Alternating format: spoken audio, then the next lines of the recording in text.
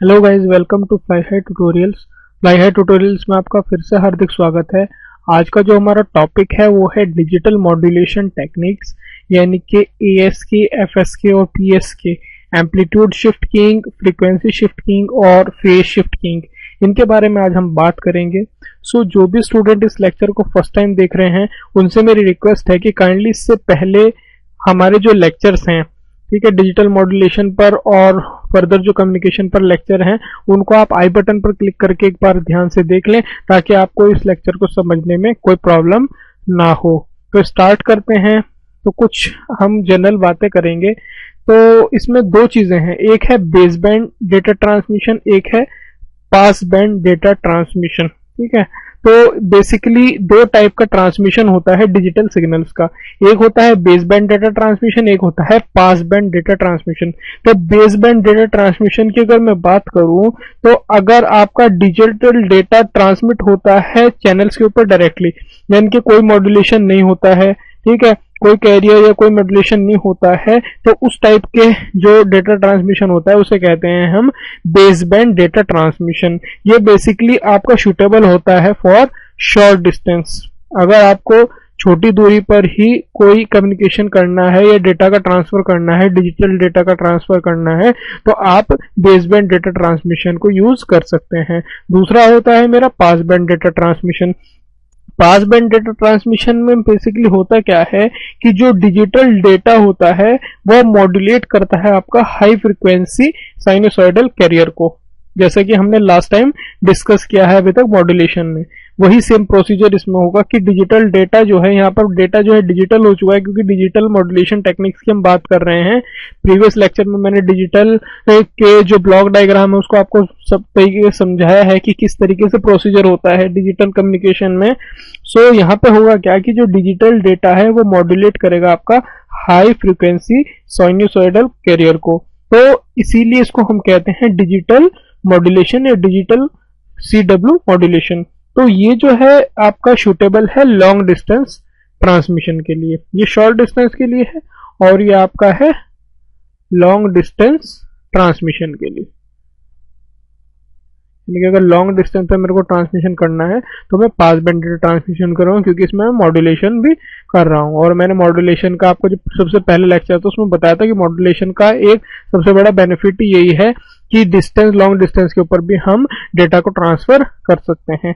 तो ये दो तरीके के आपके डेटा ट्रांसमिशन थे जो आपको मैंने बता दिए। नेक्स्ट है हमारा types of reception for pass band transmission.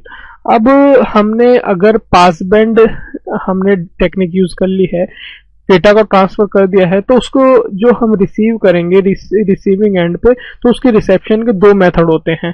और यही आप ध्यान रखिए, जनरली आपको बताऊं कि जब हम ASK, FSK और PSK की बात करेंगे तो उसके लिए जो डिटेक्शन मेथड होते हैं वो भी ये दो ही टाइप के होते हैं।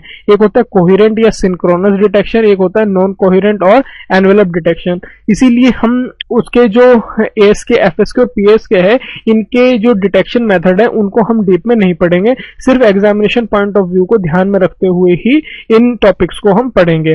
तो एक जो इसमें होता है कोहेरेंट या सिंक्रोनस डिटेक्शन, इसमें क्या होता है, इस मेथड में जो लोकल कैरियर जनरेट होता है रिसीवर पे, यानी कि रिसीवर साइड पे भी हम एक लोकल कैरियर को जनरेट करते हैं, वो फेज लॉक्ड होता है आपका कैरियर के साथ में, जो कि आपका ट्रांसमीटर साइड पे होता है। ठीक है, जो आपका मैंने PLL वाला एक फेज लॉक लूप वाला एक जो मैंने कॉन्सेप्ट क्लियर किया था आपका फ्रीक्वेंसी मॉड्यूलेशन में, अगर आपने वो लेक्चर देखा है तो आपको PLL का या फेज लॉक का जो कॉन्सेप्ट है वो यहाँ पर क्लियर हो रहा होगा। तो इसमें आपको ध्यान ये रखना है कोहेरेंट या सिंक्रोनस डिटेक्शन मेथड में कि जो लोकल कैरियर जनरेट होता है रिसीवर पे वो आपका फेज लॉक्ड होता है with carrier at the transmitter. जबकि नॉन कोहेरेंट या एनवेलप डिटेक्शन में क्या होता है कि जो रिसीवर कैरियर है वो फेज लॉक्ड नहीं होगा ट्रांसमिटेड कैरियर पे जो आपका होगा। ठीक है, तो इन दोनों में आपको जनरली थोड़ा सा मेथड यही समझना था कि यहाँ पे फेज लॉक्ड होगा कैरियर और यहाँ पे फेज लॉक नहीं होगा, इसीलिए इसको एनवेलप डिटेक्शन भी कहते हैं और इसको सिंक्रोनस या कोहेरेंट डिटेक्शन भी कहते हैं। नेक्स्ट है हमारा बाइनरी फेज शिफ्ट कीइंग या बीपीएसके या सिंपली जिसको आप पीएसके भी कहते हैं, फेज शिफ्ट कीइंग। इसमें बेसिकली होता क्या है कि जो बाइनरी सिंबल्स होते हैं, आपको पता है कि बाइनरी सिंबल्स आपके कौन कौन से होते हैं, होता है 1 और 0। तो ये बाइनरी सिंबल्स होते हैं आपके 1 और 0, ये जनरली मॉड्यूलेट करते हैं आपकी जो फेज होता है कैरियर का, फेज ऑफ द कैरियर। क्योंकि कैरियर की अगर फेज की बात हो रही है, बाइनरी फेज शिफ्ट कीइंग है ना, तो जो कैरियर का फेज होगा उसको मॉड्यूलेट करेंगे कौन, ये जो दो सिंबल हैं बाइनरी सिंबल 1 और 0। और वो किस तरीके से वो करेंगे वो आपको मैं यहाँ पे बता देता हूँ कि सपोज कीजिए कि जो सीरियल ये बाइनरी डेटा है, तो 1 पर आपका जो फेज होगा वो फेज क्या होगा, अब यहाँ पे अगर आप देख सकते हैं तो फेज आपका ये यहाँ पर यहाँ से स्टार्ट हो रहा है ना, तो फेज आपका ये चल रहा है। लेकिन जैसे ही यहाँ पर 0 सिग्नल आया तो फेज जो है वो 180 डिग्री आपका चेंज हो गया है, यानी कि अब यहाँ से सिग्नल आपका स्टार्ट हो गया है, ये देख सकते हैं आप। ये 0 के लिए रहा, अब यहाँ तक ये गया, उसके बाद में क्या है फिर 1 आ गया, तो फेज जो है वो फिर से 180 डिग्री शिफ्ट हो जाएगा, यानी कि चेंज हो जाएगा। और इसी तरीके से ये जो 1 और 0 है ये मॉड्यूलेट करते रहेंगे आपके कैरियर को, ठीक है। तो ये इसमें आपको ध्यान रखना है। अब इसके बारे में कुछ जनरल बात करूं मैं आपके कि तो जो कैरियर होता है आपको पता है, लेट कैरियर बी, वो आपको पता है S T is equal to होता है A cos 2 pi F naught T. ये आपको पता ही है, एम्पलीट्यूड वाले में और मॉड्यूलेशन की जितने भी हमने चीजें की हैं वो उसमें हम सब पढ़ते आ रहे हैं। यहाँ पे ए क्या है आपका, पीक वैल्यू है, peak value of sinusoidal carrier. और अगर हम यहाँ पर 1 ओम का 1 ओम लोड रजिस्टर लगाते हैं, लोड रजिस्टर यूज करते हैं, तो यहाँ पर पावर जो होगी, पावर डिसिपेटेड जो होगी वो होगी आपकी P is equal to half A square या ए स्क्वायर बाय 2। और यहाँ से A जो होगा वो आपका कितना आ जाएगा, अंडर रूट 2p, ठीक है। तो अब यहाँ पे ध्यान ये रखना है कि जब सिंबल चेंज होगा तो जो फेज होगा कैरियर का वो चेंज होगा 180 डिग्री, जो मैंने आपको फिगर से बताया है। तो यहाँ पे आप कह सकते हैं कि अगर सिंबल 1 आपका आ रहा है तो उसके लिए S1t होगा आपका, तो S1t जो होगा वो होगा आपका अंडर रूट 2p, ए की वैल्यू यहाँ पे पुट करते हैं ना, under root 2p cos 2 pi F naught t. और सिंबल 0 के लिए जो S2t होगा वो आपका क्या होगा, under root 2p cos 2 pi F naught T plus pi. बताया ना मैंने आपको कि जब सिंबल 0 आपका मॉड्यूलेट करेगा तो फेज जो है आपका 180 डिग्री या पाई रेडियन जो है वो चेंज हो जाएगा। तो सिंबल 1 के लिए ये होगी आपकी इक्वेशन, और सिंबल 2 के लिए या सिंबल 0 के लिए आपकी इक्वेशन ये होगी। तो जनरली हम कह सकते हैं कि जो इक्वेशन है या बीपीएस के जो सिग्नल है कंबाइंड अगर हम इसको कर दें, तो जो बीपीएस के सिग्नल है कंबाइंडली उसको हम कह सकते हैं कि एस टी जो होगा वो होगा बीटी अंडर रूट 2p, यह भी आपने देखा है, cos 2 pi F naught T. जहां पर ये आपका सिग्नल हो गया ना बीपीएस के सिग्नल, जहां पर जो बीटी की वैल्यू है वो +1 होगी, कब, जब व्हेन बाइनरी 1 इज ट्रांसमिटेड। अगर हमें बाइनरी 1 ट्रांसमिट हो रहा है तो बीटी की वैल्यू +1 रखेंगे और बीटी की वैल्यू -1 रखेंगे जब बाइनरी 0 इज ट्रांसमिटेड। 1 और -1 क्यों रखा है, क्योंकि आपको पता होगा अगर कि कॉस, यहाँ पे आपको बता दूं कि cos थीटा प्लस पाई या पाई प्लस थीटा जो होता है वो होता है आपका माइनस cos थीटा। तो इसी के आधार पे हमने यहाँ पे माइनस रखा है। तो बीटी की वैल्यू अगर -1 होगी तो ये यहाँ पे इक्विवेलेंट होगी जो हमने पीछे डिस्कस की है 2 pi F naught T plus pi के। तो अगर उसको मैं एक्सपेंड करूंगा पाई यानी कि प्लस पाई अगर करूंगा तो यहाँ पे माइनस सिंबल आएगा। तो ये दोनों आपको ध्यान में रखना है कि बीटी अगर +1 अगर हमें ट्रांसमिट करना है यानी कि 1 अगर हमें ट्रांसमिट करना है तो बीटी की वैल्यू +1 होगी, और अगर 0 ट्रांसमिट करना है तो बीटी की वैल्यू -1 होगी। वैसे जो है बीपीएस के सिग्नल कंबाइनली वो इस फॉर्म में दिया जाएगा, st is equal to BT √2p cos 2π f0 t। ठीक है, तो ये इसमें आपको ध्यान में रखना है बीपीएस के सिग्नल में। अब इसमें एग्जामिनेशन पॉइंट ऑफ व्यू से एक और पॉइंट बनता है, वो है ज्योमेट्रिकल रिप्रेजेंटेशन ऑफ बीपीएस के सिग्नल, यानी कि बीपीएस के सिग्नल को ज्योमेट्रिकली कैसे रिप्रेजेंट कर सकते हैं।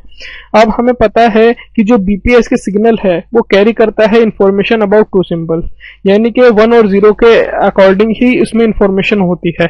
1 के अकॉर्डिंग वो आपका पता है कि फेज दूसरा है, और अगर 0 ट्रांसमिट या 0 मॉड्यूलेट कर रहा है तो आपका जो फेज है वो चेंज हो जाता है। तो हम बेसिकली रिप्रेजेंट कर सकते हैं बीपीएस के सिग्नल को ज्योमेट्रिकली इन 2 सिंबल्स को शो करने के लिए। मैं बताता हूं आपको कैसे, कि जैसे कि आपको इक्वेशन पता है, स्टैंडर्ड इक्वेशन जो थी हमारी लास्ट टाइम क्या निकल के आई थी, वो थी st is equal to BT √2p cos 2π f0 t, ये आई थी ना हमारी।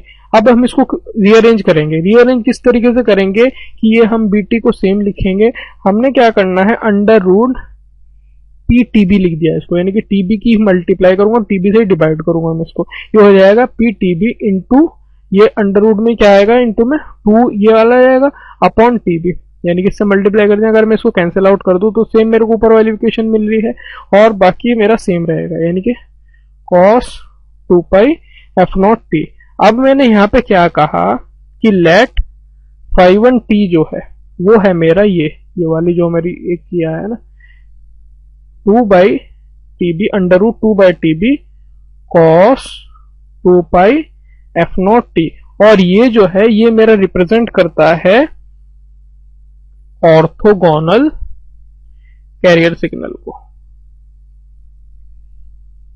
ठीक है, तो अब हम इसको किस तरीके से लिख सकते हैं इस इक्वेशन को। अब यहाँ पे φ1 t की अगर मैं वैल्यू पुट कर दूं तो st इज इक्वल टू क्या हो जाएगा आपका, वो हो जाएगा BT, ठीक है, √PTB, ये तो रहेगा ही ना BT √PTB, और इसकी जगह पूरे की जगह हम क्या लिख सकते हैं, इसकी जगह लिख सकते हैं नहीं हम φ1 t, ये है ऑर्थोगोनल कैरियर सिग्नल, ये लिख सकते हैं या नहीं लिख सकते हैं इसमें। अब इसको फर्दर अब मैं क्या कहने वाला हूं, एक टर्म में डिफाइन करने वाला हूं, बिट एनर्जी।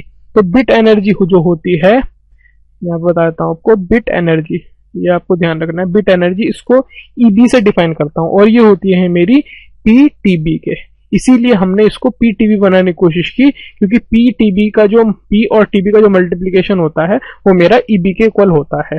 ठीक है, तो अब हम इसमें क्या कर सकते हैं, PTB यानी कि ST इज इक्वल टू मेरी क्या हो जाएगी, ST इज इक्वल टू हो जाएगी आपकी प्लस माइनस √EB, PTB की जगह EB रख दिया ना, इंटू φ1 t।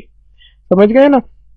यहाँ पे हमने जनरली करा क्या है कि BT की वैल्यू जो है वो सिंपली +-1 होती है ना, तो उसकी वैल्यू पुट करके यहाँ +-1 या 1 की मल्टीप्लाई तो ये होगी, √EB φ1 t लिख दिया है मैंने यहाँ पे। तो अब हम कह सकते हैं कि सिंगल एक्सिस पे φ1 t के, अगर मैं आपको यहाँ पे φ1 t ड्रॉ करूँ, ये आपका φ1 t का सिंगल एक्सिस है, और यहाँ पे मेरे को जो 2 पॉइंट है वो लोकेट करने हैं, यानी कि 2 पॉइंट कौन कौन से हैं मेरे, एक तो है मेरा +√EB और एक है मेरा -√EB। मैं आपको यहाँ पर इन कॉन्सेप्ट को इसलिए क्लियर कर रहा हूँ कि ताकि आपको पता लगे कि ज्योमेट्रिकल रिप्रेजेंटेशन बेसिकली होता क्या है, वरना हम इनके डायरेक्टली फॉर्मूलाज भी आपको बता सकते थे। तो आपको यहाँ पे थोड़ा सा आइडिया होना जरूरी है। तो जो -√EB है ये रिप्रेजेंट करता है सिंबल 0 को, पता ही है आपको, और ये जो है यानी कि +√EB ये रिप्रेजेंट करता है सिंबल 1 को। ठीक है ना, तो इनके बीच की जो डिस्टेंस होती है उसे कहते हैं d, वो होगी, अगर आप देखें वो होगी 2√EB। ठीक है, तो इसमें आपको जनरली ध्यान ये रखना है कि जो इनके बीच की डिस्टेंस होती है दोनों पॉइंट के, वो होती है आपकी 2√EB। इस पर कभी कभी क्वेश्चन आ जाता है कि वो क्या होती है। तो आप ये कह सकते हैं कि जो ये सेपरेशन है नॉर्मली जिसको डिस्टेंस कहते हैं, तो अगर आपका सेपरेशन बढ़ेगा यानी कि d बढ़ेगी आपकी, अगर इनके बीच की डिस्टेंस d आपकी बढ़ेगी तो आइसोलेशन जो है बिटवीन द सिंबल्स यानी कि 0 और इनके बीच में वो भी बढ़ेगा। इसका मतलब हम कह सकते हैं कि d के बढ़ने पर प्रोबेबिलिटी ऑफ एरर जो है वो भी घटती है। क्या कह सकते हैं हम? प्रोबेबिलिटी ऑफ एरर जो है वो आपकी रिड्यूस होगी कब? अगर d आपका बढ़ता है। ठीक है, यहां से ये हमारा कंक्लूजन निकल के आता है। जाते जाते इसमें एक बात और बता दें कि इसमें बैंडविड्थ का भी एक कॉन्सेप्ट है। इसमें आप जनरली फॉर्मूला याद कर लें कि जो बैंडविड्थ होती है बीपीएस के सिग्नल की, ठीक है, बैंडविड्थ जो होती है बीपीएस के सिग्नल की वो होती है आपकी 2FB। आपको ये ध्यान में रखना है, बैंडविड्थ का फॉर्मूला है 2FB और डिस्टेंस का है 2√EB। ये आपका ज्योमेट्रिकल रिप्रेजेंटेशन हो गया। होप की जो कॉन्सेप्ट है आपका बीपीएस के बाइनरी फेज शिफ्ट कीइंग का, ये आपको काफी हद तक क्लियर हुआ होगा। एग्जामिनेशन पॉइंट ऑफ व्यू से भी जो क्वेश्चन बन सकते हैं वो हमने सभी इसमें कवर करने की कोशिश की है। नेक्स्ट मेरा क्या है? नेक्स्ट है मेरा बाइनरी फ्रीक्वेंसी शिफ्ट कीइंग। अब बाइनरी फ्रीक्वेंसी शिफ्ट कीइंग में क्या होता है, जो फ्रीक्वेंसी होती है कैरियर की वो शिफ्ट होती है अकॉर्डिंग टू बाइनरी सिंबल। पिछले लास्ट में हमारा क्या था कि जो हमारे बाइनरी सिंबल से 0 और 1 उनके अकॉर्डिंग फेज चेंज हो रहा था, यहाँ पर जो है बाइनरी सिंबल्स के अकॉर्डिंग फ्रीक्वेंसी चेंज होगी मेरी, और जो फेज जो है वो अनइफेक्टेड रहेगा। सो इसमें आप ये भी कह सकते हैं कि अगर मैं इसमें आपको ज्यादा मैथमेटिकल टर्म में समझाने की कोशिश करूंगा कि अगर आपका ये सिंबल है ये कुछ इस टाइप का VBFSK, अगर ये है आपका इस तरीके से रिप्रेजेंट किया जाता है √2p, ये आपको पता ही है, और cos ω0t plus dt omega t, इस तरीके से रिप्रेजेंट किया जाता है। यहाँ पे dt जो है ना, यहाँ पे वो है +1 या -1 अकॉर्डिंग टू कॉरेस्पॉन्डिंग टू जो लॉजिक लेवल है आपके 1 एंड 0, यानी कि 1 के लिए dt की वैल्यू +1 है और लॉजिक लेवल 0 के लिए dt की वैल्यू -1 है। अब जो ट्रांसमिटेड सिग्नल का एम्पलीट्यूड है वो है √2ps। तो आप ये कह सकते हैं कि इसको अगर मैं ST भी लिख दूं, ठीक है, ये बताया था ना मैंने आपको, तो ये अगर SHT, एक यहाँ पे टर्म डिफाइन कर रहा हूं मैं, SHT वो हो गई आपकी √2p cos ω0 प्लस ओमेगा, बाहर मैंने t निकाल लिया है।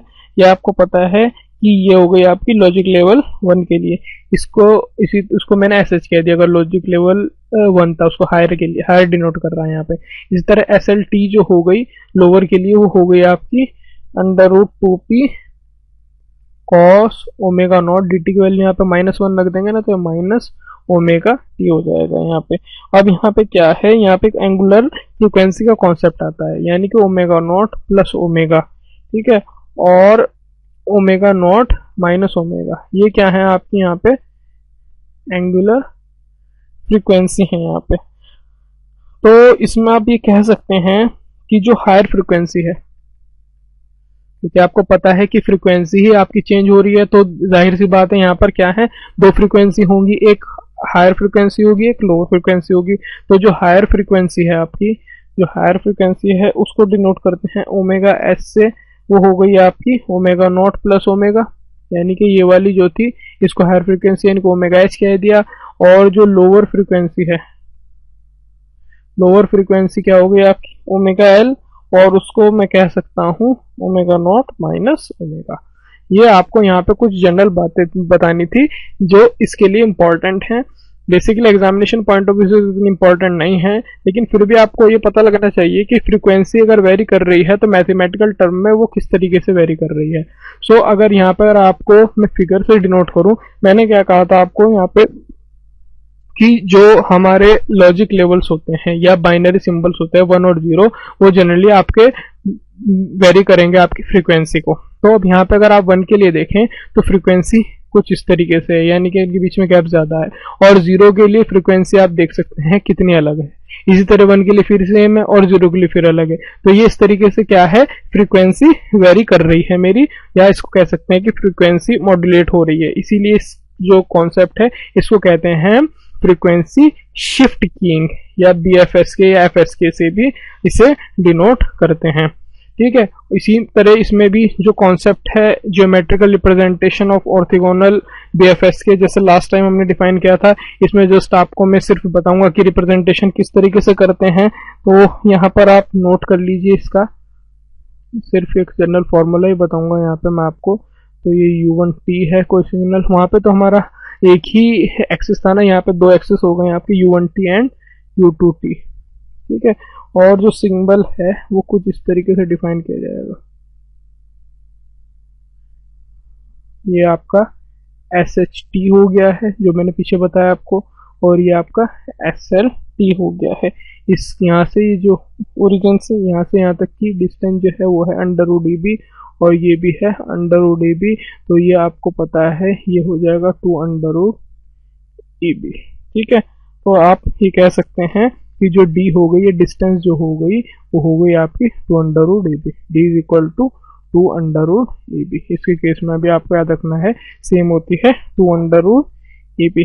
तो होप कि ये जो कॉन्सेप्ट है बाइनरी फ्रीक्वेंसी शिफ्ट कीइंग का, ये भी आपको काफी हद तक क्लियर हुआ होगा। इसमें फिर भी अगर कोई डाउट है तो आप मुझसे पूछ सकते हैं। अब नेक्स्ट क्या है मेरा, नेक्स्ट है मेरा एम्पलीट्यूड शिफ्ट कीइंग। ठीक है, एम्पलीट्यूड शिफ्ट कीइंग में जैसे कि आपने लास्ट 2 में पढ़ा हुआ है कि जो मेरा बाइनरी सिंबल्स होते हैं यानी कि 0 और 1 होते हैं, वो मेरे चेंज कर रहे थे प्रॉपर्टीज को कुछ। तो उस जो BPSK जो सिग्नल था उसमें फेज को चेंज किया था, BFSK में आपके फ्रीक्वेंसी को चेंज किया था। तो एम्पलीट्यूड की बात हो रही है तो इसमें ऑब्वियस सी बात है एम्पलीट्यूड को चेंज करेंगे। यहाँ पे क्या होगा, एम्पलीट्यूड जो होगा कैरियर का वो चेंज होगा अकॉर्डिंग टू 0 एंड 1 या बाइनरी सिंबल्स के अकॉर्डिंग। ठीक है, इसको क्या कहते हैं, ऑन ऑफ कीइंग भी कहते हैं, इसको OOK भी कहते हैं। क्या, ऑन ऑफ कीइंग भी इसका एक नाम है, OOK भी इसको कहते हैं। तो इसके केस में आपको अगर मैं दिखाऊं तो आप देख सकते हैं यहाँ पे 1 और 0 जो है, यहाँ पर मैंने एम्पलीट्यूड को वेरी कराया है कि ये यहाँ पे इसकी थोड़ा एम्पलीट्यूड है। इसमें जनरली ये भी हो सकता है कि 1 के लिए एम्पलीट्यूड शो कर सकता है और 0 के लिए इसकी वैल्यू बिल्कुल 0 होगी। इसी तरीके से फिर 1 के लिए होगी और 0 के लिए नहीं होगी, ये भी आप कह सकते हैं बाइनरी शिफ्ट कीइंग में। या फिर ये कह सकते हैं एम्पलीट्यूड जो है, देखिए आप यहाँ पे वेरी कर रहे हैं, यहाँ पे एम्पलीट्यूड आपका 1 है और यहाँ पे काफी कम है, या 0.5 कह सकते हैं कुछ, और कुछ केसेस में 0 भी हो सकता है। यानी कि यहाँ पे 1 के लिए 1 है या 2 कुछ भी हो सकते हैं एम्पलीट्यूड की वैल्यू, और 0 के लिए 0 होगा। यानी कि सिंबल जो है रफली आपको ड्रॉ करके दिखा रहा हूँ, 1 के लिए कुछ इस तरीके से होगा और 0 के लिए फिर ये होगा, फिर 1 के लिए कुछ इस तरीके से होगा और फिर 0 के लिए फिर इस तरीके से होगा। ठीक है, 1 के लिए फिर इस तरीके से होगा। तो ये आपका कॉन्सेप्ट है एम्पलीट्यूड शिफ्ट कीइंग का। इसमें बस थोड़ा सा आपको जनरल यही बातें ध्यान रखनी थी जो मैंने आपको इस एग्जाम में बताई हैं एग्जाम्पलों के थ्रू, कि क्या कुछ BFSK, BPSK और ASK हैं। तो एग्जाम में इससे अधिक आपका आई थिंक कुछ क्वेश्चन नहीं बनते हैं। फिर भी कोई डाउट है, क्वेरी है तो आप मुझसे कमेंट सेक्शन में पूछ सकते हैं। तो अगर आपको हमारा लेक्चर पसंद आया है तो सब्सक्राइब करना ना भूलें। जो आपका नीचे रेड बटन है सब्सक्राइब का, उस पर क्लिक कीजिए, सब्सक्राइब कीजिए और शेयर कीजिए हर स्टूडेंट के साथ में जिनके लिए आप समझते हैं कि ये जो लेक्चर्स हैं इक्वली इंपॉर्टेंट है। हमारे चैनल के बारे में और लोगों को बताइए, और अगर पसंद आता है तो लाइक करना ना भूलें। ठीक है, तो देखने के लिए आपका बहुत बहुत धन्यवाद। आपका समय शुभ।